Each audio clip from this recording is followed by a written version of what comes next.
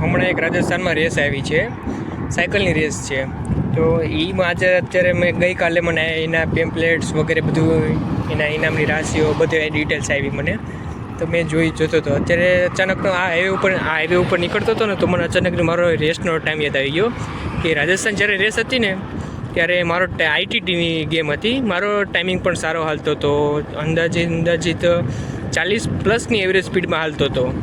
40+ તો નહીં, પણ મતલબ કે 41 નહીં, 40 પોઈન્ટમાં. કેમકે મારા પાસે જે નાનું મીટર છે મારી પાસે સાયકલમાં રીડિંગ માપવા માટે,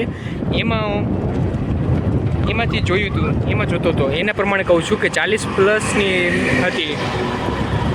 તો હું જ્યારે ચાલુ રેસમાં હતો તો માની લઈએ કે અહીંથી થોડુંક આટલુંક દૂર એક બીજો પ્લેયર આવી અને આ ટ્રેક્ટર વયું જાય ને પછી કંઈક બોલું. ચલો, આટલો દૂર એક છોકરો આવી અને અચાનકનો હું અહીં સાઈડ કાપવા માટે અહીંયા જાય છે. માની લઈએ કે અહીંયા જાય છે, તો હું સાઈડમાં આવી અને એની સાઈડ કાપવા જતો હતો. તો અચાનકનો એણીએ વળાંક વળી લીધો અને હું ભટકાઈ ગયો. તો હું બેલેન્સ કરતો છેક ઓલી બાજુ પહોંચી ગયો. તો છતાંય બેલેન્સ તો થયું, પણ હું જે આ ડિવાઈડર ત્યાં જઈ માનો કે તો અત્યારે તો આ ડાબી બાજુ છું હું, પણ રેસના ટાઈમે હું જમણી બાજુ હતો, રેસ ઓલી બાજુ હાલતી હતી. આવા લોખંડના ડિવાઈડરમાં હું ફટકાઈ ગયો આવા. અને અત્યારે મને ખબર પડે છે ગરમી કેવી છે. આ ખુલ્લા રોડ ઉપર આવું છું તો ત્યારે ગરમી આવી જતી અને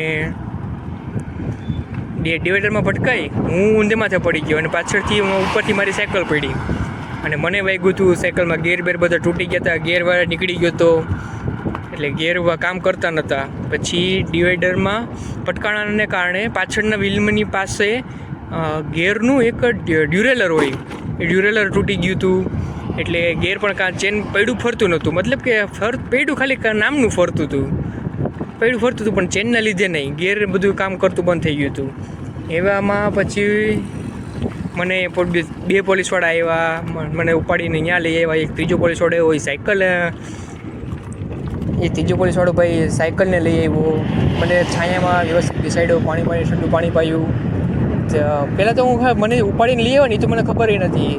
મને યાદ કેટલું છે મારી આંખે કે હું પડું છું, ઊંધેમાંથી થાઉં છું, જમીન બધું મારા માથા આવે છે, એટલું મને યાદ છે. પછી હું બેહોશ જેવું થઈ ગયું હતું, બેહોશ જ હતો, મને કંઈ યાદ નથી. મારા આંખે હું જોતો તો મને કંઈ ખબર નથી, આંખે અંધારા હતા ત્યારે તો.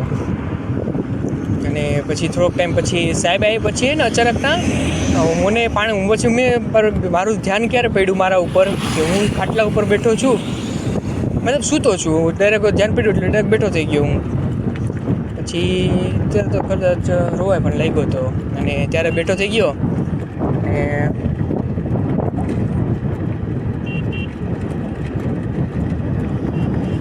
કેમ કહેવું હવે, ત્યારે પછી હું તો બેઠો થઈ ગયો. પછી જે રાજસ્થાન ટીમના કોચ, પછી જ્યાં રાજસ્થાનમાં જે સંચાલન કરતા હતા એ 2 આવ્યા, એક એમ્બ્યુલન્સ લેતા આવ્યા.